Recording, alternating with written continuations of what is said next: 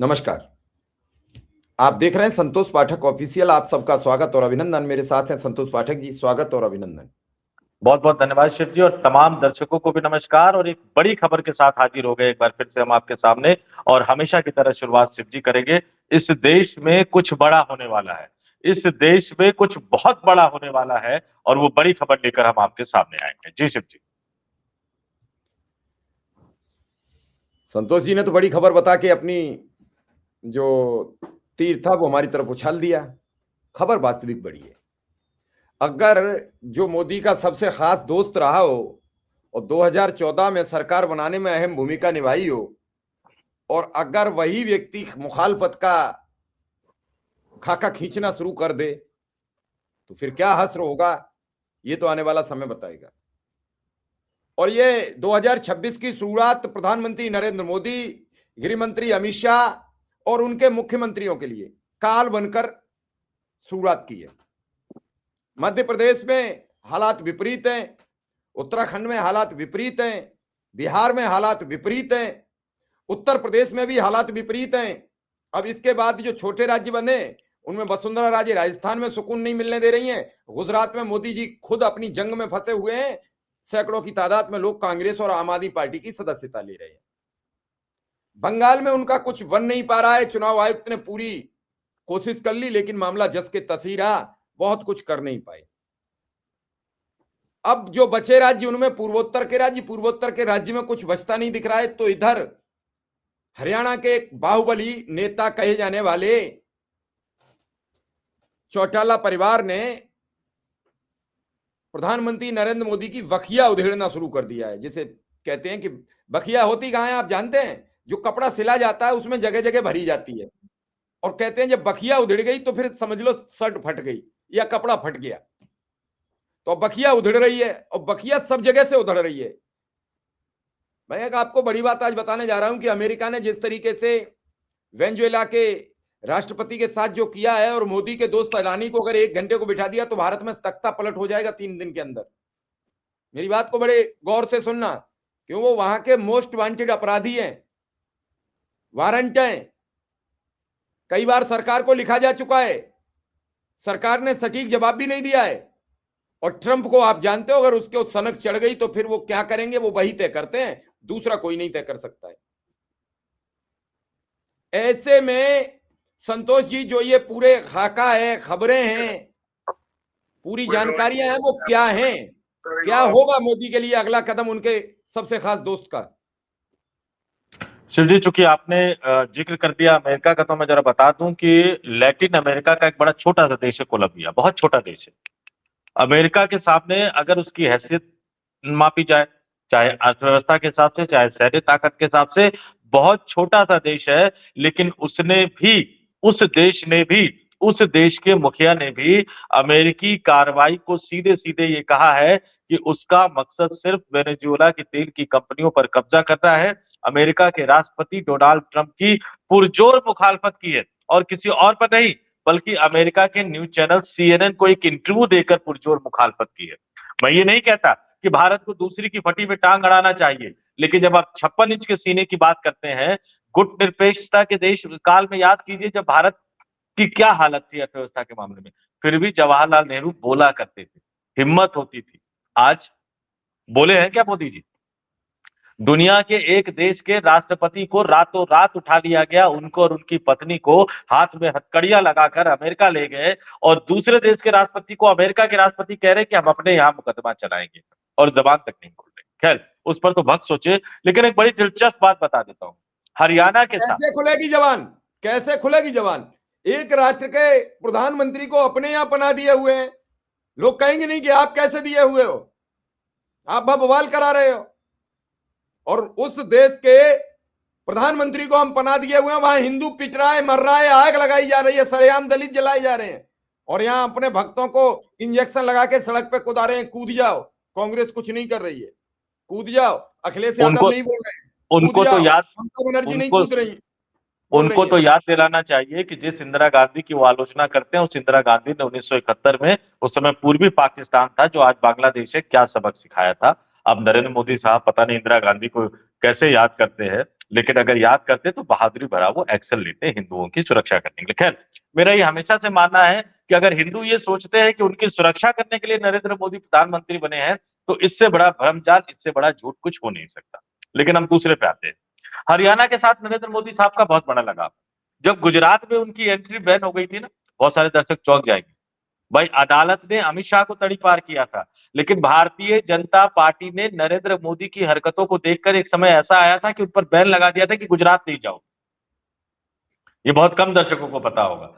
लोग जाएंगे तो सर्च कर लेंगे। तो उस समय उनको हरियाणा, हिमाचल इन सबका प्रभार दिया जा रहा था, तो हरियाणा के साथ बड़ा अच्छा लगाव था। 2014 में लोकसभा चुनाव के बाद हरियाणा की जनता भी उनके भ्रमजाल में आ गई, उनको बहुमत दे दिया। तो बजाय उन्होंने किसी पुराने नेता को मुख्यमंत्री बनाने की बजाय अपने करीबी मनोहर लाल खट्टर को मुख्यमंत्री बना दिया। 2019 में हरियाणा की जनता समझ गई, बहुमत नहीं दिया उन्होंने। अब हरियाणा की जनता ने जब बहुमत नहीं दिया, तो फिर वो चौटाला परिवार के साथ चले गए। दुष्यंत चौटाला को उन्होंने झूठ सच जो बोला, उनको सरकार में शामिल किया, उनके विधायकों का समर्थन लिया। बाद में उनके साथ क्या किया, ये तो तमाम लोग जानते ही हैं।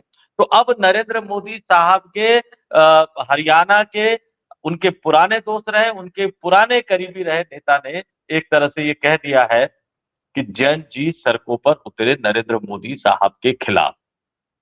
और क्या कहा है, ये बताने से पहले शिव जी, मैं आपसे आग्रह करूंगा कि जरा उन खबरों के स्क्रीनशॉट को जरा दिखा दीजिए, ताकि दर्शकों को ये अच्छी तरह से समझ में आ जाए कि अजय चौटाला क्या कह रहे हैं, जो पुराने साथी रहे। आज तक की खबर, शासकों को गद्दी से खींचकर सड़कों पर, अजय चौटाला का सरकार पर निशाना।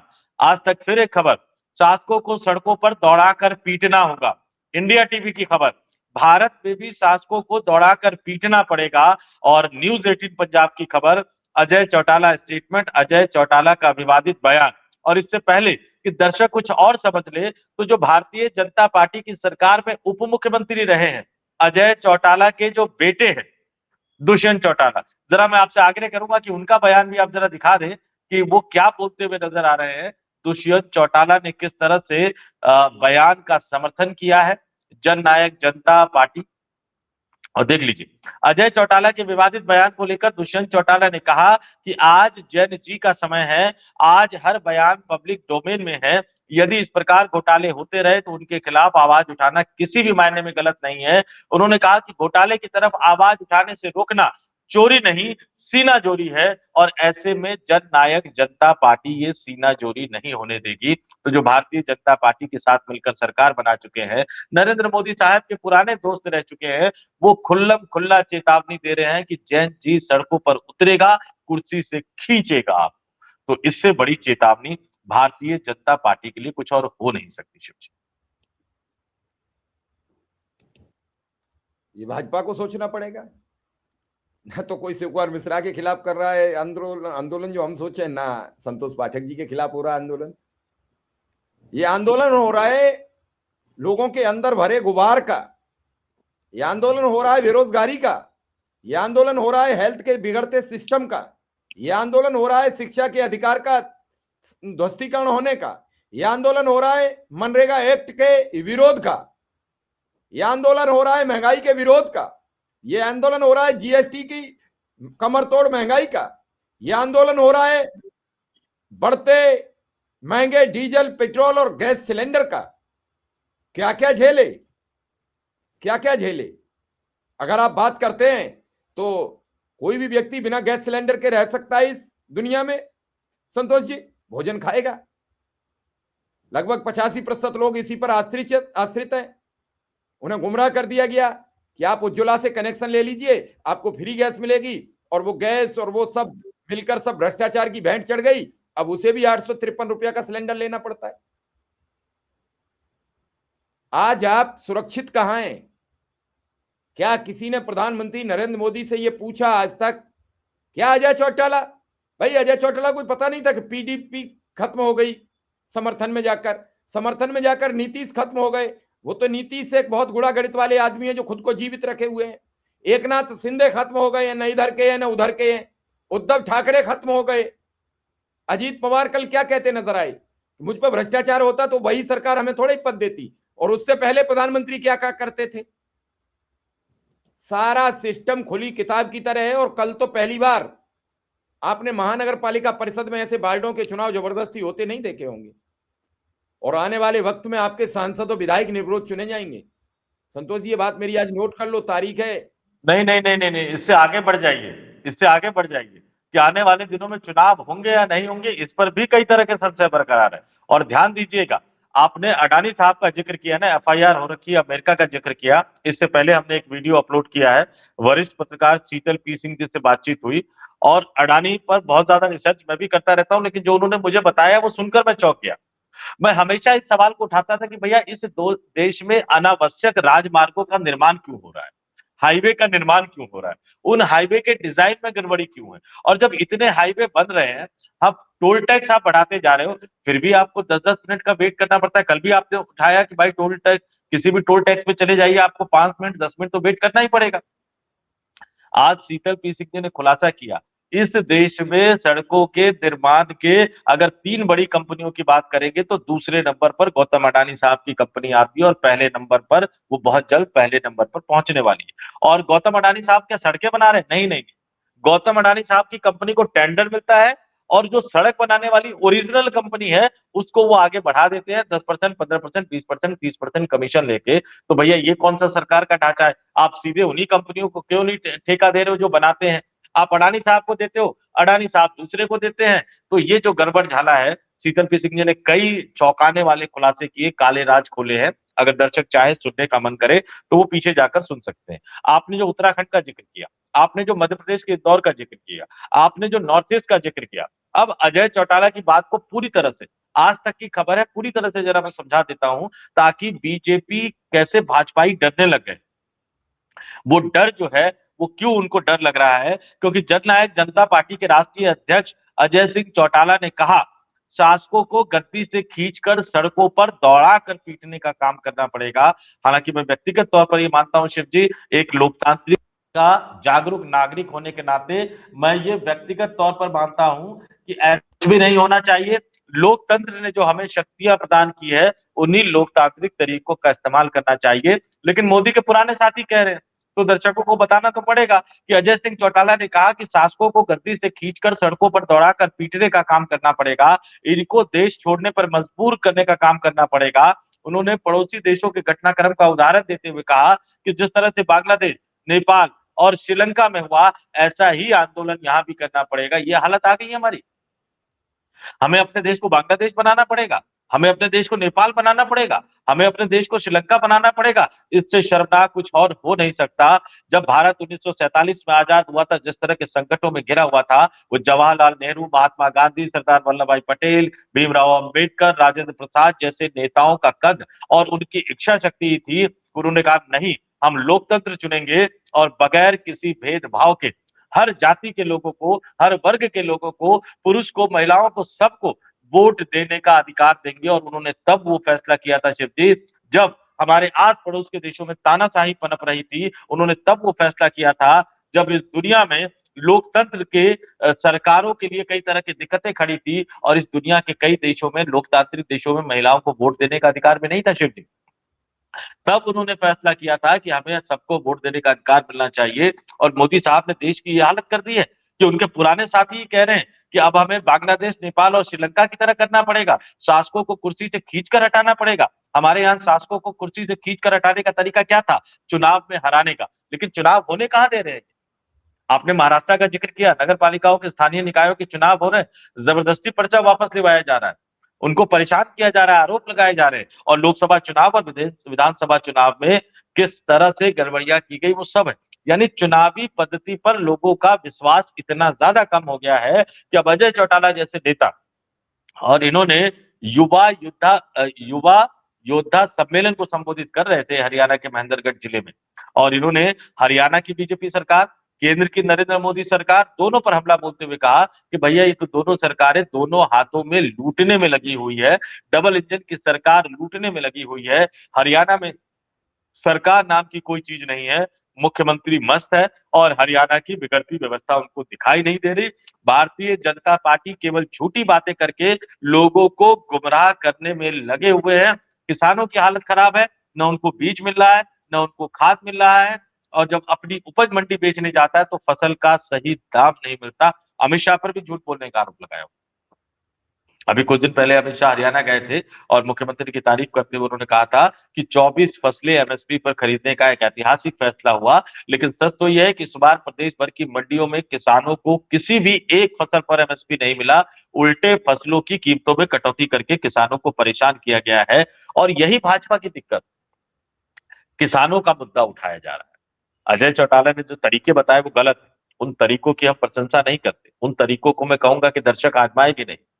लेकिन गांव का, खेती का, किसानी का मुद्दा उठने जा रहा है और 94 घंटे बाद राहुल गांधी के नेतृत्व में कांग्रेस पार्टी के लाखों कार्यकर्ता भी सड़कों पर उतरने वाले हैं।